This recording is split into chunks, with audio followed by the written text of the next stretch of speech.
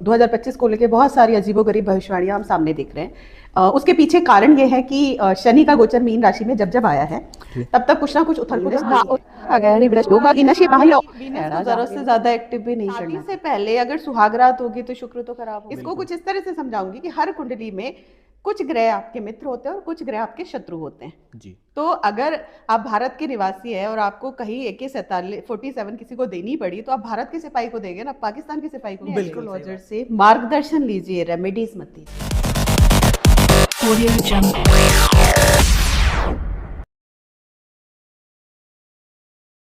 स्वागत है आपका पार्ट 2 में। टाइटल आप लोगों ने देख लिया होगा। हाँ, आज कई नकाब उतरेंगे और अपनी कुर्सी की पेटी ज़रा कसकर बांध लीजिए, क्योंकि हो सकता है कि आप अब तक जो ज्योतिष और एस्ट्रोलॉजी के बारे में सोच रहे हो, आज कई आपके चहेते एस्ट्रोलॉजर्स के राज कहीं ना कहीं खुल ना जाए।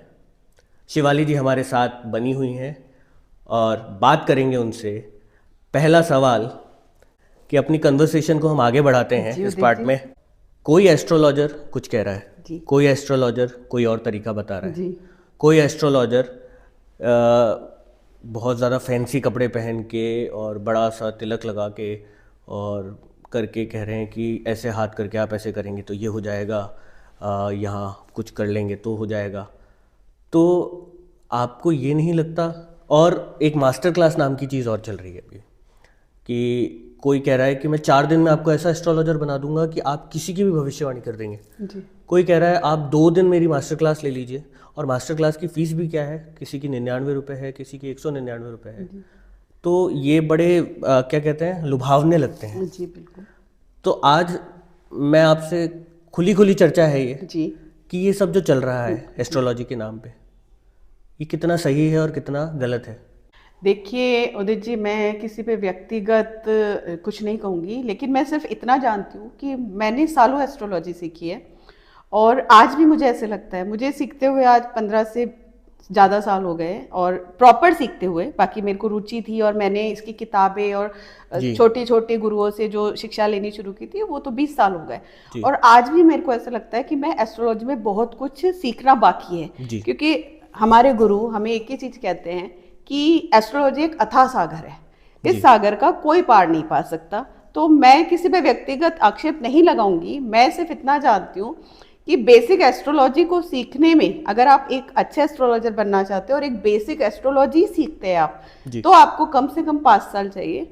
और इसका बिल्कुल ये मतलब नहीं है कि मैं किसी की क्षमता को कम आंक रही हूँ। मैं सिर्फ ये कह रही हूँ कि एक अच्छा एस्ट्रोलॉजर बनने में कम से कम 5 साल लगते हैं। 2 दिन 4 दिन में कैसे कोई एस्ट्रोलॉजी सिखा रहा है, मैं उनके, हो सकता है वो लोग बहुत ज़्यादा गुणी हो, लेकिन आप किसी और को, आज मैं ऐसे कहूँ कि मैं किसी को 2 दिन में एस्ट्रोलॉजी सिखा दूंगी तो मेरे लिए संभव नहीं है। और सच कहूँ किसी के लिए भी संभव नहीं है, क्योंकि मानव मस्तिष्क की भी तो एक क्षमता होती है जी। ग्रह, गोचर, अष्टक वर्ग जी, और कितनी पद्धतियां हैं। सिर्फ छोटी छोटी चीज़ों से 2 दिन में एस्ट्रोलॉजी सीखना, मुझे नहीं लगता कि ये, एक तरीके से देखा जाए तो मैं तो ये कहूँगी ये लोग चमत्कारी पुरुष है जो किसी को 2 दिन के अंदर, या चमत्कारी लोग हैं जो सिखा रहे होंगे। बाकी एस्ट्रोलॉजी एक ऐसा सागर है, पूरा जीवन इसके लिए कम है। और एक अच्छे एस्ट्रोलॉजर बनने से पहले, देखिए मैं आपको ये एक चीज़ बोलना चाहूँगी, एस्ट्रोलॉजी एक शापित विद्या है। अच्छा, पढ़िएगा आप इसके बारे में। एस्ट्रोलॉजी को एक शापित विद्या कहा गया है। तो आजकल बहुत सारे लोग सिर्फ दिखावे, रील्स, चमक दमक में आके एस्ट्रोलॉजर बन रहे हैं। तो आप पहले अपने इष्ट को मजबूत कीजिए, आपको अपने इष्ट को मजबूत करने में सालों लग जाएंगे जी। उसके बाद आपको एस्ट्रोलॉजी करनी चाहिए। और ये लोक लुभावने, विज्ञापनों और इसके आधार पे आप सिर्फ जेब भर सकते हैं किसी की, अपना कुछ भला नहीं करेंगे, क्योंकि कहीं ना कहीं ये शापित विद्या हो सकता है आपको नुकसान पहुंचाए। एस्ट्रोलॉजी, किसी को भी एस्ट्रोलॉजर बनने से पहले अपने इष्ट को मजबूत करना पड़ता है, अपनी गुरु पद्धति से सीखना पड़ता है, और उसके बाद आपको इसमें आना चाहिए। जो लोग कर रहे हैं उन्होंने अपना इष्ट बहुत मजबूत कर रखा है। ये सामान्य लोगों के लिए मुश्किल है। हम सुनते हैं कि गृहणियां 2 दिन में एस्ट्रोलॉजी सीखे। गृहणियां, मैं खुद भी एक गृहिणी रही हूँ, तो मुझे पता है कि हम कितना समय निकाल पाते हैं इष्ट साधना के लिए। तो मेरा सबसे अनुरोध है कि आप प्लीज एस्ट्रोलॉजर बनिए, सीखिए, सिखा रहे उनसे भी सीखिए, लेकिन पूरे कोर्स के साथ सीखिए, पूरी विद्या के साथ सीखिए। और कभी भी 2 महीने 3 महीने 10 दिन सीखकर एस्ट्रोलॉजी मत कीजिए, कम से कम इसको 5 साल दीजिए, जब तक आपको खुद को सामने दिखना न लग जाए कि जी क्या है सामने वाला। जी जब आपके आएगा ना तो आपको उसकी कुंडली की भी जरूरत नहीं पड़ेगी। जी जब तक आप इस स्थिति में नहीं आते हैं तब तक आप एस्ट्रोलॉजी मत कीजिए, क्योंकि ये आपको नुकसान करेगी। लोक लुभावने में तो मैं भी कह सकती हूँ आप मेरी क्लास ज्वाइन कीजिए, मैं आपको जी 2 महीने में एस्ट्रोलॉजी की पंडित बना दूंगी, जी जी लेकिन ये मैं आपके साथ धोखा करूंगी, क्योंकि जी ये संभव नहीं है। ये आपने बहुत सही बात कही। एक और चीज़ जो इसके अंदर मेरे को लगता है कि हो रही है कि सिर्फ क्या बोल सकते हैं, ये पब्लिसिटी स्टंट है जी कि 2 दिन में 4 दिन में 5 जी दिन में। अगर हम हमारे शास्त्रों की बात करें, जी क्योंकि ये एंशियंट साइंस है, मैं तो इसे जी, साइंस ही बिल्कुल कहूँगा, बिल्कुल साइंस है। और ये हमारे शास्त्रों में से ही जी निकली है। जी जी आपको क्या लगता है कि शास्त्र अनुसार एक जो ज्योतिष होता है जी उसका आचरण, उसका व्यवहार, उसका विचार कैसा होना चाहिए जिसकी वजह से वो दूसरे को अच्छी गाइडेंस दे सके और उसके जीवन में आने वाली समस्याओं के प्रति अवगत भी करा सके, और उनसे कैसे, उनका असर कैसे कम किया जा सकता है या बचा जा सकता है, वो कैसे करे, उसके लिए उसे खुद को किस तरीके से रहना चाहिए, किस तरीके का उसका व्यवहार होना चाहिए? देखिए उदित जी, वराहमिहिर जी ने जो भी एस्ट्रोलॉजी कर रहे हैं उन्हें पता होगा कि वराहमिहिर जी खुद एक बहुत, वराहमिहिर संहिता उनकी है, उन्होंने साफ लिखा है जी कि एक एस्ट्रोलॉजर के क्या क्या गुण होने जी। चाहिए। जहां उन्होंने बोला निर्भीक होना चाहिए, निष्पक्ष होना चाहिए, जी सादगी से परिपूर्ण होना चाहिए, जी और सबसे बड़ी बात कि वो एक मनोचिकित्सक होना चाहिए। जी मतलब एक तरीके से उनका कहने का मतलब है कि वो एक मनोवैज्ञानिक रूप से पकड़ने वाला होना चाहिए कि आपके जातक को क्या चाहिए। जी और बहुत सारी उन्होंने कम से कम 12-13 उन्होंने विशेषताएं बताई है जो एक एस्ट्रोलॉजर में होनी चाहिए। और उसके अंदर सबसे बड़ी बात है कि चमत्कार का दावा एस्ट्रोलॉजर को कभी नहीं करना चाहिए, क्योंकि जो हमारा एस्ट्रोलॉजी का बेस है जी वो संहिता है, गणित है, जी ठीक है, लेकिन कहीं पर भी फलित जो है वो है, लेकिन ये रेमेडी जो है, जी ये रेमेडी बाद में जोड़ी गई है। जी रेमेडीज जो पार्ट है, और आज के ज़माने में अगर मैं जितना देख पा रही हूँ एस्ट्रोलॉजी को, रेमेडी रेमेडी रेमेडी, जी बात एस्ट्रोलॉजी के ज्ञान की बात। हम अगर मैं आपको ऐसे कहूँ कि एस्ट्रोलॉजी पर जब हम जाते हैं कि कोई एक भाव है, उस जी भाव से संबंधित आपको जो फल मिलने हैं, तो हम कभी भी उन फलों को नहीं बदल सकते हैं। जी ठीक है। वहां पर अगर मैं आपसे कहूं कि इस फल को आप 1.25 लाख की पूजा कर, मेरी एक क्लाइंट है ज्योति जी, उन्होंने मुझे बताया कि सोशल मीडिया के एक एस्ट्रोलॉजर जिन्होंने दावा किया था कि इस रेमेडी को करने से या मुंह में ऐसा कुछ चबा के सामने जाते हैं तो पति या किसी को आप बस में कर सकते हैं। जी तो जाहिर सी बात है कि उन्होंने वो रेमेडी की होगी, उसके बाद ही पति को बस में करने के लिए हमसे पूछा। तब वो मेरे पास आई तो उन्होंने बोला मैडम मैंने ये रेमेडी की पर पति बस में ना होना था ना हुआ। फिर उन्होंने मुझसे बोला कि फिर मैंने उनसे संपर्क किया तो उन्होंने बोला कि आपकी कुंडली में ये दोष है और 4 लाख समथिंग की आपको पूजा करानी पड़ेगी।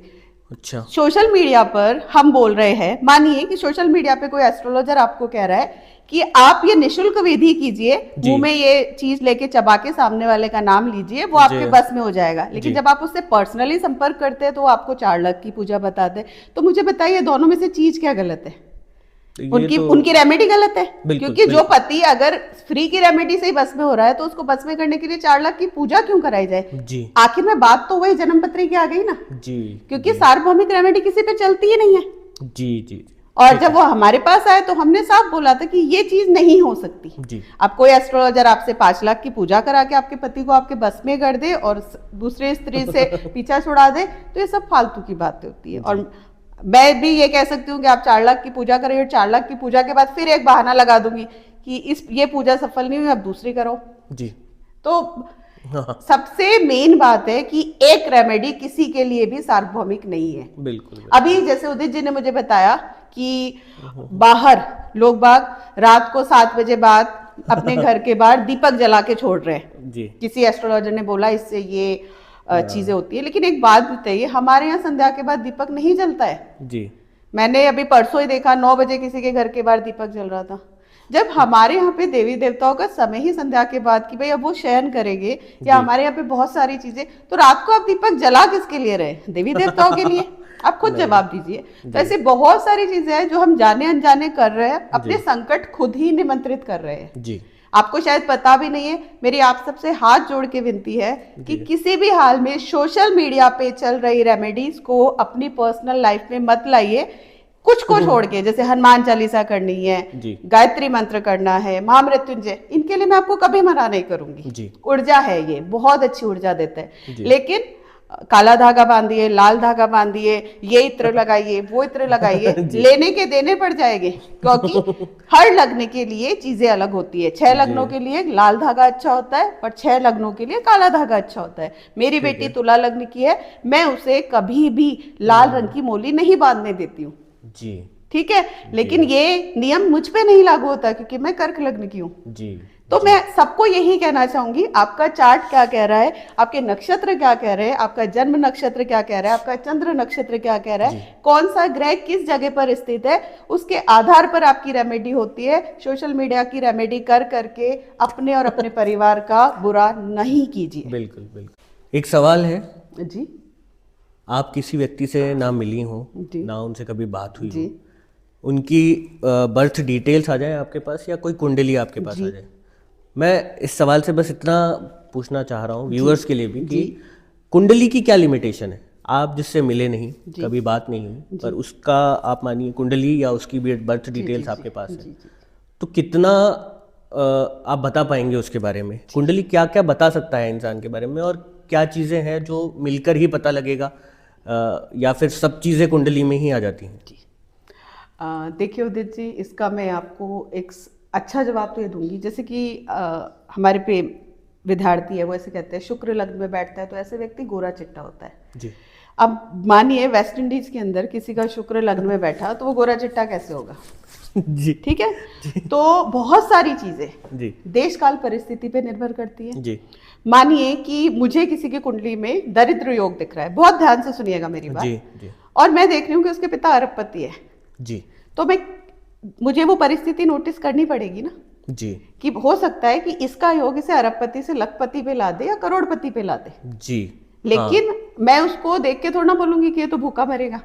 बिल्कुल सही है, समझ आप? तो किसी का स्वभाव, किसी का रूप रंग, किसी की कद काठी, किसी का वैवाहिक जीवन, और यहाँ पर मैं आपको एक चीज और बोलना चाहूंगी, बहुत सारे लोग मेरे पास आते हैं और ऐसे कहते हैं हमारी कुंडली देख के बताइए हमारा वैवाहिक जीवन कैसा जाएगा जी। ठीक है, वहां पे राहु देख लिया या वहां पर मंगल देख लिया या मंगल केतु देख लिया तो फटाक से हम जवाब दे देते हैं कि भाई इसका वैवाहिक जीवन तो खराब जाएगा जी। एक बात बताइए, विवाह क्या किसी एक व्यक्ति का होता है? विवाह 2 व्यक्तियों का होता है। आप विवाह के लिए प्रिडिक्शन कैसे कर सकते हैं जब तक सामने वाले की कुंडली आपके पास नहीं आती? बिल्कुल ठीक है। हमने बहुत सारे लोग देखे कि किसी के मंगल राहु का सप्तम में था, सप्तमेश बहुत पीड़ित था, उसके बावजूद उनका वैवाहिक जीवन बहुत सुखी रहा है क्योंकि सामने वाले की कुंडली के अंदर बहुत अच्छे योग रहे जी। ऐसे ही किसी को संतान नहीं होगी जी, लेकिन मान लीजिए जिससे उसकी शादी हो रही है उसके प्रबल संतान हो गए, तो एक ही हो लेकिन संतान होगी। बिल्कुल। तो मैं आपको सबको यही कहना चाहती हूँ कि एस्ट्रोलॉजी एक बहुत अच्छा गणित है, इसे गणित ही रहने दीजिए। आप किसी से नहीं मिले तो आप उसके बारे में बहुत कुछ जान सकते हैं, बहुत कुछ जी, लेकिन सब कुछ जानने का दावा करना ही सबसे बड़ी गलत बात होगी। बिल्कुल। देखिए, सालों से एक डिबेट है जी, डिबेट है कि अगर कुंडली में सब कुछ लिखा है या इसको दूसरे शब्दों में कहूँ तो डेस्टिनी में अगर सब कुछ है जी जी, तो फिर कर्मों का क्या? बिल्कुल। क्या कर्म बड़े हैं या डेस्टिनी बड़ी है? आपका क्या विचार है? उदित जी, आपने इतना बढ़िया सवाल पूछा है क्योंकि है ना, सालों से ये एक ऐसा सवाल है जो विवादास्पद रहा है जी, क्योंकि बहुत सारे लोग जो ईश्वर को नहीं मानते, बहुत सारे लोग जो ज्योतिष को नहीं मानते, उनका एक ही रट्टा होता है कि जो लिखा हुआ है वही होगा। ठीक है, तो मैं आपको यहाँ एक चीज बताना चाहूंगी कि हमारे यहाँ पर सावित्री जी के पति की मृत्यु लिखी थी। आप सबको पता है स्टोरी? जी जी। सावित्री जी के जो सत्यवान जी थे उनकी मृत्यु लिखी हुई थी जी।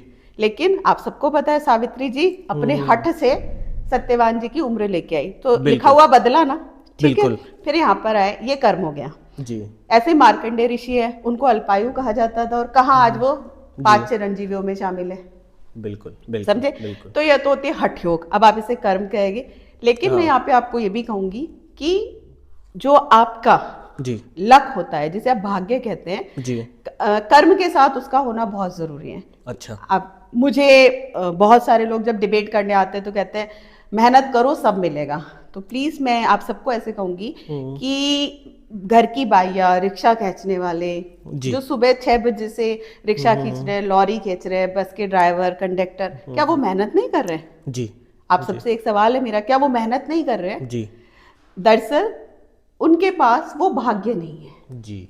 अगर सिर्फ कर्म से ही बदला जाता तो हमसे ज्यादा, मैं ऐसे कहूंगी कि मुझसे ज्यादा काम हमारे घर में, आज मैं देखती हूँ, मैं 10th फ्लोर पे रहती हूँ, तो वो जो सुबह सुबह स्वीपर आती है वो 10 मंजिल पे झाड़ू पोछा कर रही है, मुझसे 1 मंजिल का भी नहीं होता। तो मैं आपसे क्या कहूंगी कि कर्म किसके बड़े, उसके बड़े कि मेरे बड़े? कर्म, अगर मैं कहूँ कर्मशील, तो वो मुझसे ज्यादा है ना। बिल्कुल बिल्कुल। तो यहाँ पर भाग्य का फल होता है। इसलिए मैं भाग्य को सर्वथा बिल्कुल इस तरह से नहीं मानूंगी कि भाग्य कुछ नहीं होता, सब कुछ कर्म होता है। जी। ये जिन लोगों की आपने बहुत सारी कुंडलियों में ऐसे देखा होगा कि एक गरीब घर का बच्चा, उस घर में 5 बच्चे थे, 5 ने बराबर मेहनत की, एक ही क्यों राष्ट्रपति बन जाता है? बिल्कुल बिल्कुल। गंगा तैरते हुए शास्त्री जी राष्ट्र प्रधानमंत्री बनते हैं भारत के, क्योंकि आप उनके कुंडलियों के राजयोग उठा के देखिए। बिल्कुल। तो ये एक्टिव होते हैं। कर्म होना, कर्मशील होना जरूरी है। किसी की कुंडली में बहुत अच्छे राजयोग है और उसने उस हाथ पे हाथ धर के बैठ गया तो राजयोग खत्म हो जाते हैं, और फिर वो कर्म करे ना करे कोई फर्क नहीं पड़ता।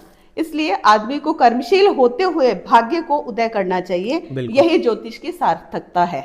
और मैं इसमें एक बात और जोड़ूंगा कि एक अच्छा ज्योतिष ही आपको बता सकता है कि आपका कर्म का जो प्रवाह है वो किस ओर होना चाहिए। बिल्कुल बिल्कुल, है ना। और अच्छे बुरे पे हम नहीं जाएंगे। मैं ये कहूँगी, मैं जा सकता हूँ, बिल्कुल आप जा सकते हैं। मेरी नजर में तो सारे एस्ट्रोलॉजर अच्छे हैं, और यहाँ इसलिए मैं जा सकता हूँ, इसलिए क्योंकि बस मैं सिर्फ इतना कहूंगी कि एस्ट्रोलॉजी को रेमेडी से न जोड़े। बिल्कुल बिल्कुल। अगर किसी व्यक्ति के मानिए कि एक व्यक्ति है जिसका मंगल चौथे घर में बैठा है जी, और 7वीं दृष्टि पे देख रहा है, बिल्कुल चतुर्थ दृष्टि से 7वें भाव को देख रहा है, तो जाहिर सी बात है कि उसका अपने पार्टनर से मनमुटाव होने के योग है। तो आप क्या कहोगे कि पत्नी से बहस मत करना। बिल्कुल बिल्कुल। आदमी उसको अवॉइड करे तो ये अपने आप में एक रेमेडी है, लेकिन लोग ये सुनना नहीं चाहते। लोगों को क्या करता है, लगता है कि आप तो कोई पूजा बता दो, कोई स्टोन बता दो, कोई दान बता दो जिससे पति पत्नी में प्रेम बना रहे। बिल्कुल बिल्कुल। लोग ये नहीं समझते कि भाई उसके बहस होने के योग है, तो अगर वो बहस डाल देगा तो पति पत्नी में अपने आप ही प्रेम रहेगा। ऐसे ही कभी हम देखते हैं कि कोई को किसी व्यक्ति को साझेदारी में काम नहीं करना, बिल्कुल, तो हम उसको यही कहेंगे ना भाई साझेदारी में काम मत कर, और वो कहे कि मैं साझेदारी में काम तो करूंगा लेकिन उपायों के साथ करूंगा। फिर बाद में वही हमारे पास रोते हुए आते हैं कि हमने सारे उपाय आजमा लिए पर हम साझेदारी में नुकसान रहे। वो बेस तो वहीं पे रहा ना।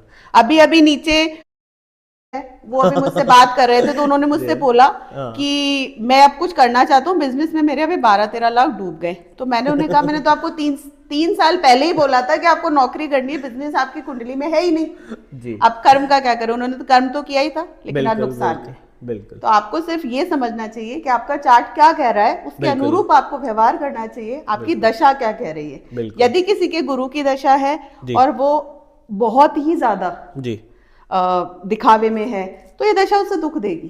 फिर वो शादीशुदा हो, कुंवारा हो, बिजनेसमैन हो, सर राहु की दशा है और आप अनर्गल प्रपंच में पढ़ रहे हैं तो आपको दुख देगी। राहु को सेटिस्फाइड कीजिए ना। जब किसी के राहु की दशा होती है तो मैं हमेशा कहती हूँ अपने पार्टनर को खुश रखो। जब किसी के राहु की दशा होती है मैं उसको कहती हूँ राहु क्या है, सिनेमा है जी, पब जी, है, जाओ थोड़ी देर जाओ। ये थोड़ी ना है कि राहु शुक्र को अच्छा करना है तो दारू पी लो, बिल्कुल बिल्कुल, या किसी को गिफ्ट दे दो, बिल्कुल बिल्कुल बिल्कुल। अगर किसी को गिफ्ट देने से राहु अच्छा होता तो आप गिफ्ट दीजिए और फिर करोड़पति बनिए, पर मैंने ऐसा नहीं देखा होता। बिल्कुल बिल्कुल बिल्कुल। एक समय हमारा देश रिश्तों के लिए जाना जाता था। बिल्कुल। मैं एक रिपोर्ट पढ़ रहा था, उसमें मेरी नज़र पड़ी तो मैं बड़ा वो चौंक गया जी। चौंका इसलिए क्योंकि वर्तमान में सबसे ज़्यादा जो डिवोर्स हो रहे हैं जी, उसमें हमारा देश पीछे नहीं बहुत ज़्यादा आगे निकल रहा है। बिल्कुल बिल्कुल। लेट मैरिजेस जिसको कहते हैं, जिसकी वजह से आगे के जीवन में भी फैमिली प्लानिंग बोल लीजिए, कुछ बिल्कुल उन चीज़ों में भी दिक्कत आ रही है। बिल्कुल। और सबसे बड़ा डिप्रेशन का कारण बन रहा है रिलेशनशिप इश्यूज। लड़का लड़की के जो भी दोस्ती कह लीजिए आप जिसको, उन इश्यूज की वजह से डिप्रेशन के बहुत केसेस बढ़ रहे हैं। इन 3 चीज़ों में भारत बहुत ज़्यादा अग्रणी हो रखा है। एज ए एस्ट्रोलॉजर आपको क्या लगता है कि कहाँ चीज़ें गलत जा रही हैं या लोगों के ग्रह कुछ ज़्यादा ही खराब चल रहे हैं इस पीढ़ी में? मतलब क्या आपका क्या राय है इस पर? देखिए उदित जी, मैं एक बात कहूँगी कि मैंने मेरे गुरुओं से ही सीखा है। मेरे गुरु हमेशा कहते हैं कि कलयुग के जो देवता है वो राहु केतु है। जी तो आज जो भी आप सोशल मीडिया का प्रचार देख रहे हैं या जी जो भी मतलब मैं आपसे इससे बड़ी बात क्या कहूँ कि आज जो एस्ट्रोलॉजर या जो लोग सिखाने चाहिए हमारी जनरेशन को, हम क्या सिखाते हैं कि गर्लफ्रेंड को कैसे बस में करें। जी तो आप खुद ही जानते हैं कल्चर कहाँ जा रहा है, जी ठीक है। तो यहाँ पर एक जिम्मेदार नागरिक होने के नाते, एक एस्ट्रोलॉजर होने के नाते, मैं अपनी युवा जनरेशन को एक ही चीज़ कहना चाहूँगी जी कि वीनस को ज़रूरत से ज़्यादा एक्टिव भी नहीं करना चाहिए। मेरे पास ऐसे बहुत सारे क्लाइंट्स आते हैं जी कि जो मुझे ऐसे बोलते हैं कि मैडम हमारी शादी फेल हो रही है। तो मैं जी हमेशा उनसे कहती हूँ ये आपकी दूसरी शादी। तो बहुत सारे लोग ऐसे कहते हैं। देखिए हमारे यहाँ पे शकुंतला दुष्यंत ने गंधर्व विवाह किया था, शारीरिक संबंधों के द्वारा। जी तो आप बहुत सारे ग्रह, मैं क्योंकि एक ऐसा टॉपिक है जिसमें मैं ज़्यादा बात नहीं करना चाहूँगी। जी जी हम जाने अनजाने अपने बहुत सारे ग्रह खराब कर लेते हैं और उसके रिजल्ट्स तो हमें मिलना ही है। गलत उम्र में गलत जी हरकतें करना। जी और जी आजकल बहुत सारी चीजें मैं देख रही हूँ कि जमाना बहुत ज्यादा आगे बढ़ रहा है। बिल्कुल तो आप जब कह रहे हैं कि ये रिश्तेदार चीजें खत्म हो रहे हैं, तो शादी से पहले अगर सुहागरात होगी तो शुक्र तो खराब हो गई ना, जी आपका गुरु खराब होता है लड़कियों बिल्कुल का। बिल्कुल और आप राहु केतु को खुद एक्टिव करते हैं, वो होते बिल्कुल नहीं है। बिल्कुल कभी किसी के राहु केतु नहीं होते। मैं 18 बिल्कुल साल राहु में जाके आई हूँ जी और मैंने कभी नहीं देखा कि राहु ऐसे एक्टिव होते हैं। आप खुद बिल्कुल एक्टिव करते हैं, आपकी गलतियां, आपकी बिल्कुल चीजें। और जिन जिम्मेदार लोगों को समझाना चाहिए वो उल्टी चीजें और बता रहे हैं कि ऐसे बिल्कुल करके गर्लफ्रेंड को बस में करो, ऐसे करके जी पत्नी को बस जी में करो। जी आप समझाइए। सभी एस्ट्रोलॉजर से मेरा निवेदन है कि अपनी नई पीढ़ी को समझाइए कि आलिंगन, जी शारीरिक संबंध, ये सब विवाह के बाद हमारे जी संस्कृति में है। और अगर इनको ये भी बताइए ना कि इन सबको करने से इनके दोष एक्टिव जी होते हैं, इनकी मैरिड लाइफ खराब हो सकती है, बिल्कुल इनका संतान योग खराब हो सकता है। बिल्कुल हम कभी बिल्कुल इस बारे बिल्कुल में बात ही नहीं करते क्योंकि इससे हमें व्यूज थोड़ा ना मिलेंगे। बिल्कुल बिल्कुल तो बिल्कुल अपने व्यूज, अपने एक एस्ट्रोलॉजर भी एक टीचर की जैसे होता है जिसकी जिम्मेदारी होती है समाज को अच्छा करने की। तो मैं ये जो जनरेशन जहां पर भी हो रहा है, ये केवल भारत में ही नहीं है, ये सब जी जगह है, जी लेकिन उनके यहाँ ये संस्कृति है। जी तो बिल्कुल आप जब हम विदेशों की संस्कृति को भारत में ला रहे, तो आपने हमेशा देखा विदेशों में शादियां क्यों नहीं टिकती? क्योंकि विदेशों में 14 से 18 साल के भी शारीरिक संबंध हो जाते हैं, बिल्कुल बिल्कुल इसलिए बिल्कुल उनकी शादियां नहीं टिकती। आज बिल्कुल आपने भी वही कल्चर अपने समाज भारत में में ले आए, तो आप हाँ कहाँ से उनसे अछूता बचे रहेंगे? इसमें बिल्कुल ग्रहों को दोष बिल्कुल मत दीजिए, क्योंकि बिल्कुल आपने अपने राहु को खुद एक्टिव किया है। वो ग्रह आगे से आगे आप खराब खुद ही करते जा रहे बिल्कुल हैं। आप खराब करते जा रहे जो चीज़ें हमारे पूर्वजों ने, हमारे हैं। बड़ों ने बिल्कुल कोई उम्र के दायरे में कैद करी थी, तो वो बिल्कुल इसीलिए करी होगी। बिल्कुल और उसके लिए भी, चाहे कोई ये कह सकता है कि भाई चाइल्ड मैरिजेस होती थी, बिल्कुल पर वो शादी होती थी उसके बाद होती थी, चाइल्ड मैरिजेस होती बिल्कुल थी। बिल्कुल कोई भी बिना शादी के तो नहीं बिल्कुल होता था। तो उसमें वो भी उन्होंने हाँ रोक रखा था, गौना जी करते थे, वो बिल्कुल बच्ची को रोक बिल्कुल लेते थे। बिल्कुल चाइल्ड बिल्कुल मैरिज के बाद वो बच्चियों को रोक लेते थे, और बिल्कुल उनका बिल्कुल एक जब लड़की शारीरिक संबंध के लायक होती थी तब बिल्कुल उनका गौना किया जाता था। बिल्कुल बिल्कुल हिंदू संस्कृति ऑलरेडी इतनी बढ़िया है।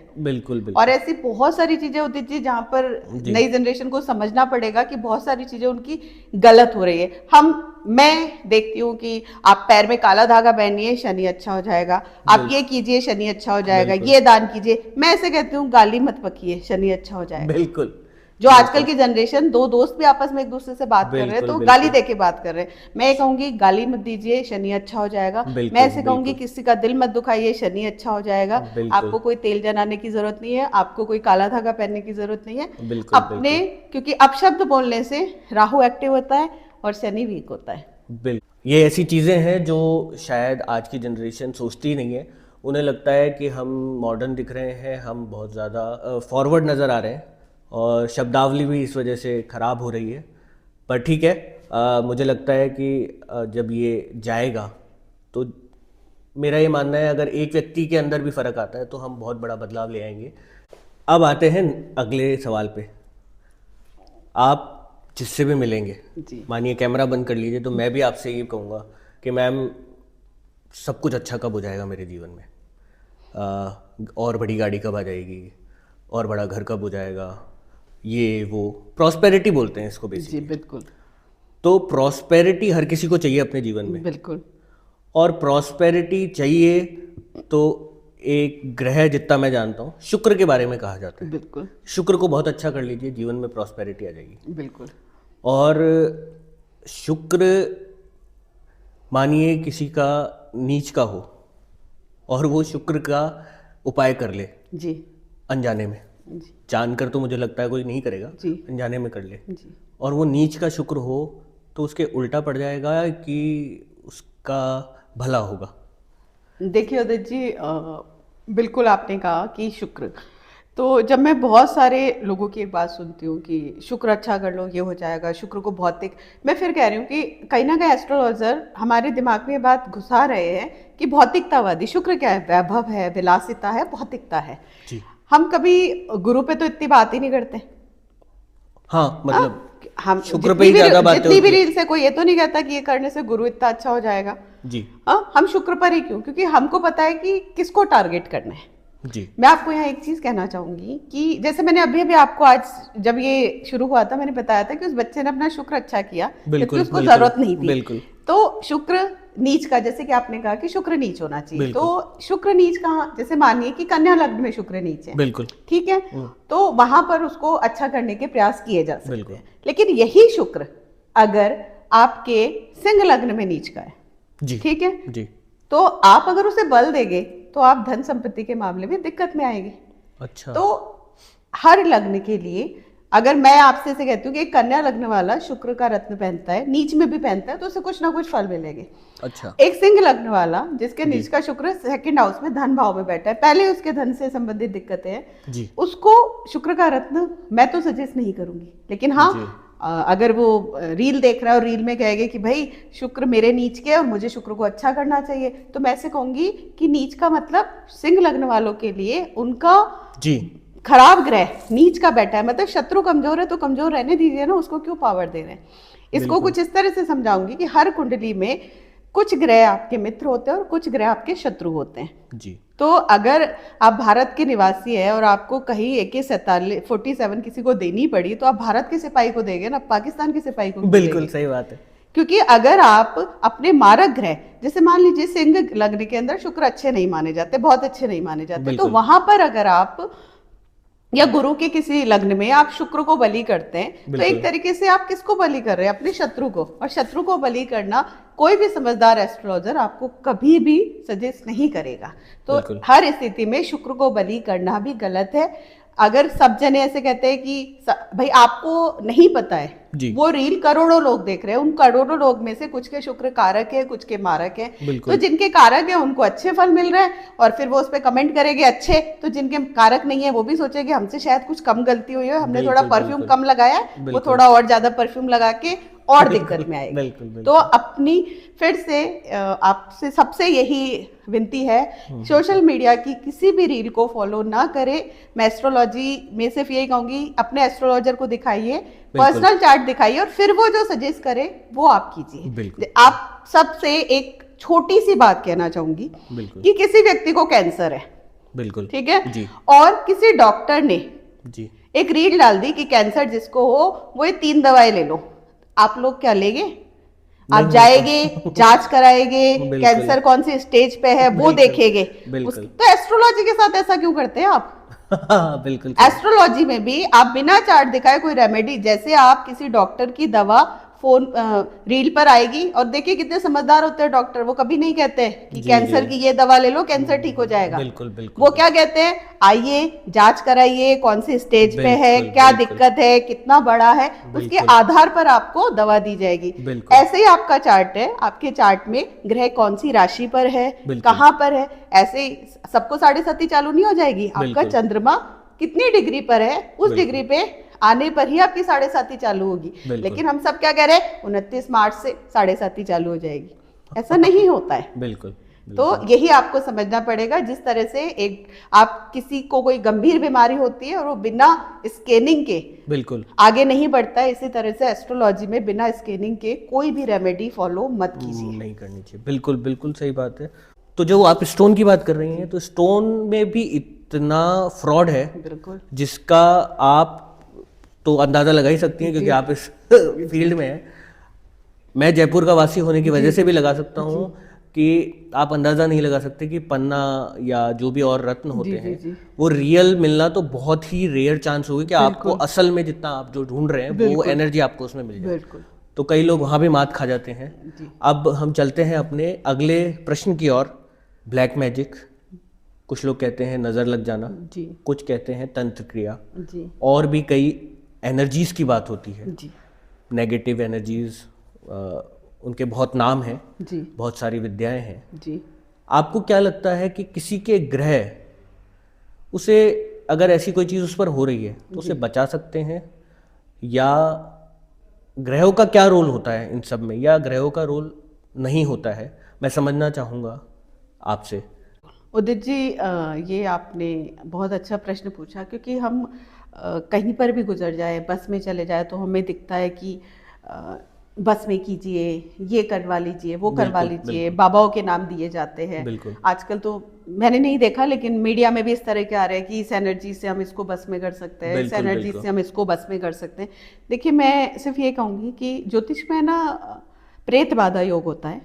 अगर किसी जी की कुंडली में होता है, तो अगर आपके एस्ट्रोलॉजर ने कभी किसी को बताया, तो आप नेगेटिव एनर्जी से बचाइए। बिल्कुल अगर एनर्जी पॉजिटिव होती है तो नेगेटिव भी होती है, जी मैं इस चीज से कभी इनकार नहीं करूंगी। बिल्कुल और इसीलिए ईस्ट साधना हमारे बिल्कुल यहाँ पे इसीलिए इतना बताया जाता है कि अपने ईस्ट को साध लिया जाए तो आप जी बहुत सारी नेगेटिव एनर्जी से बच बस सकते हैं। और जो भी लोग ये जी करते हैं या करवाते हैं, तो हमेशा ध्यान रखिए कि अगर आपने किसी का 5 पैसे का बुरा किसी तंत्र साधना से करवा दिया, जी वैसे तो देखिए आज के जमाने में बहुत ज्यादा अच्छे तांत्रिक तो नहीं होंगे जितना, क्योंकि आज कहाँ है लोगों के पास ये साधना करने का समय।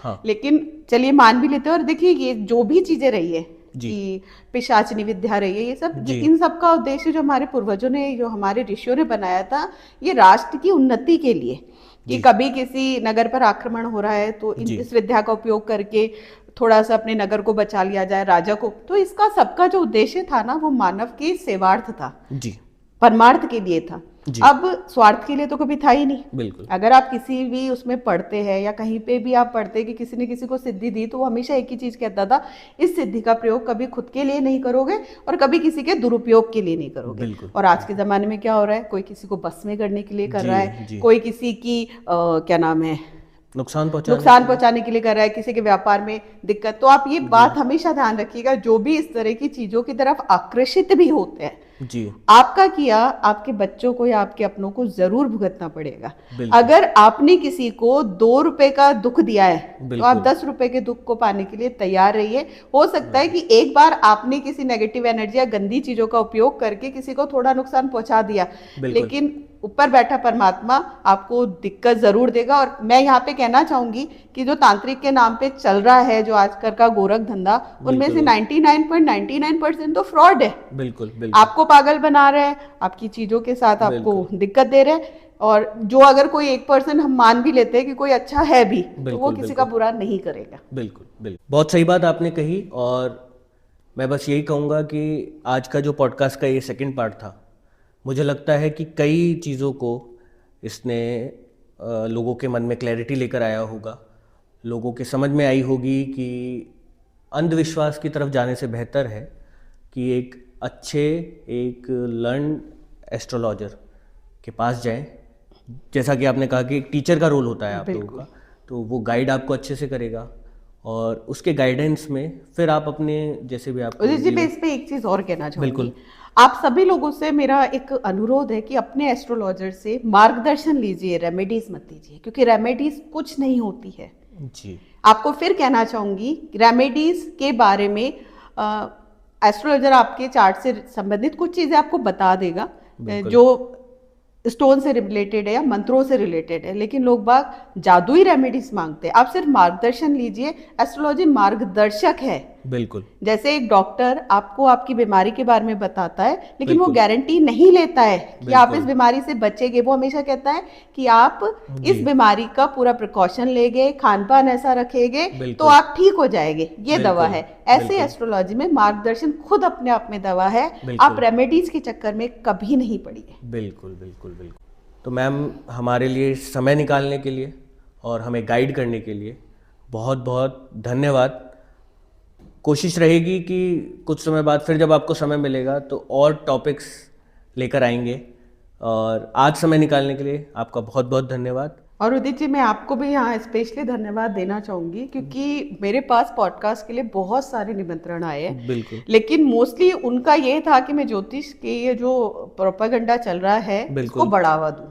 आप पहले हैं, और शायद मैं इसीलिए आपके पॉडकास्ट में आई हूं, क्योंकि आप पहले जो अपने युवा वर्ग को जी इन भ्रांतियों से बाहर निकालना चाह रहे हैं। बिल्कुल। मेरे पास अभी रिसेंटली आया, जब उन्होंने प्रश्न भेजे तो उन्होंने कहा मैम आप ये बताइएगा कि एस्ट्रोलॉजी में ये करने से ये हो जाएगा, जो दुनिया कह रही है वो सही है। लेकिन बिल्कुल हम बिल्कुल कहेंगे आप बिरले हैं जी जो जी आप अपने युवा पीढ़ी को सही मार्ग दिखा रहे हैं, वरना आपके बहुत से युवा मेरे पास रोज जुड़ने के लिए आते हैं कि बिल्कुल मैडम बिल्कुल थोड़ा सा कर दीजिए, हम भी आपकी साइट को आपको बिल्कुल आगे कर देंगे। लेकिन ऐसा ध्यान बिल्कुल रखिएगा, हमारा ही जी जी जी शास्त्र कहते हैं, हमारा धर्म कहता है बिल्कुल कि बिल्कुल गंदी चीजों का पैसा गंदी बिल्कुल चीजों में ही जाता है। बिल्कुल तो एस्ट्रोलॉजी बहुत पवित्र विद्या है, इसकी पवित्रता बनाए रखिए। जो व्यूअर्स हैं, अगर आपको लगता है कि आज आपको प्रॉपर गाइडेंस मिला, और अगर आपका मन है कि आप शिवाली जी से कोई प्रश्न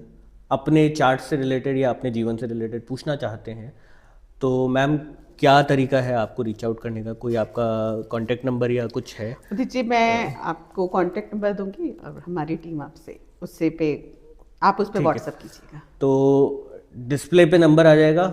और जैसा कि फ़ोन उठाना, तो मैं जितने लंबे समय से मैम से जुड़ा हुआ हूँ, मुझे पता है फ़ोन उठाना तो बहुत मुश्किल है, इसलिए व्हाट्सएप करिएगा आप। मैम की टीम आपको रीच आउट कर देगी, अपॉइंटमेंट जैसे भी हो पाएगा वो आपको मिल जाएगा। नंबर अभी स्क्रीन पर फ्लैश होगा, तो आप उसको डायल कर व्हाट्सएप कर अपना अपॉइंटमेंट मैम से ले सकते हैं। और फिर से थैंक यू मैम।